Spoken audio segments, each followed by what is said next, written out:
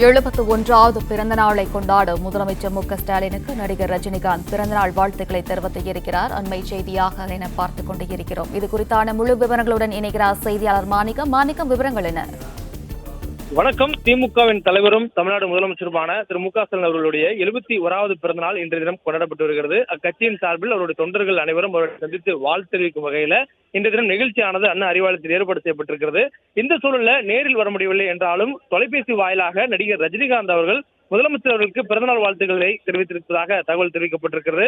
அவர் படப்பிடிப்பு மற்றும் இந்த கூட்டம் காரணமாக அவர் நேரில் வர முடியவில்லை எனவும், அதே வேளையில அவரும் முதலமைச்சரும் நடிகர் ரஜினிகாந்தும் நெருங்கிய நண்பர்கள் என்ற அடிப்படையில் அவர் தொடர்ந்து ஒவ்வொரு பிறந்தநாள் பொழுதும் அவருக்கு வாழ்த்து தெரிவித்திருக்கிறார். அதனுடைய தொடர்ச்சியாக இந்த ஆண்டும் முதலமைச்சருடைய பிறந்தநாள் அன்று நடிகர் ரஜினிகாந்த் அவர்கள் தனது வாழ்த்து செய்தியை தொலைபேசி வாயிலாக தெரிவித்ததாக திமுக தரப்பில் ஒரு தகவலானது தெரிவிக்கப்பட்டிருக்கிறது. தொடர்ந்து இந்த படப்பிடிப்புகள் முடிந்ததுக்கு பிறகு நேரில் சந்திப்பதற்கான வாய்ப்புகள் இருப்பதாகவும் சொல்லப்பட்டிருக்கிறது.